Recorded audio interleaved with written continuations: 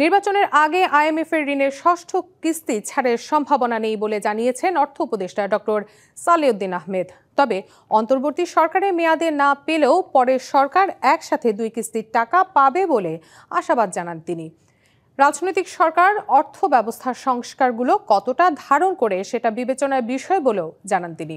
রবিবার সচিবালয়ে ক্রয় সংক্রান্ত উপদেষ্টা পরিষদ কমিটির সভা এবং খাদ্য পরিকল্পনা এবং পরিধারণ কমিটির সভা শেষে অর্থ উপদেষ্টা এসব কথা জানান। আমরা এখন কোনো প্রয়োজন নাই, ওরা রিভিউটা কমপ্লিট করে, কারণ ওরা বলছে তোমরা তো করে যাচ্ছ যে জিনিসগুলো আমরা একটু দেখতে হবে একটা রাজনৈতিক সরকার এসে কতটুকুটা ধারণ করে।